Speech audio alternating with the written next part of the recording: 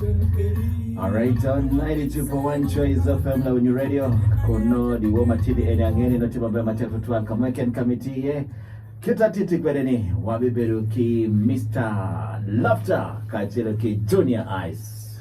Right, it is studio dear Mary. Right.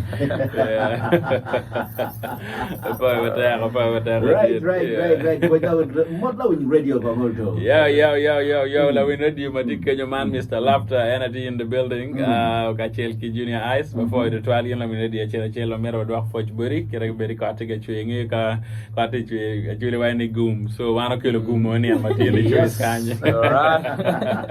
Yeah. Right, Mr. Junior Ice. Yes, yup. We are in the building for my tech to try to win you. That would do. Give Mukena and Kerry Cottage, Kerry Jimmy Tech. 1 year in the building. Yeah, I'm going to football at which. Right. Yes. Okay, to keep your woman here for my woman in any Mr. Lafta Junior Ice right here this night. Jump first and you know down to penye to twale. Yes, about Mr. Lafta. You know, Charlie, the last time we were here, we better get Junior Ice. Yeah. And told them what better coupe kinyonyo pamoja. Yeah, we are poor. More no doubt we are. Yes.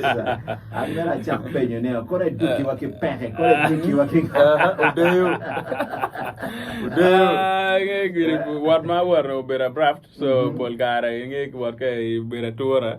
Chao kene pay you buji my better trial down. But I made a chop chin with ready a chele or to ya get me program where we me time. More, more, and I get 2 gang me.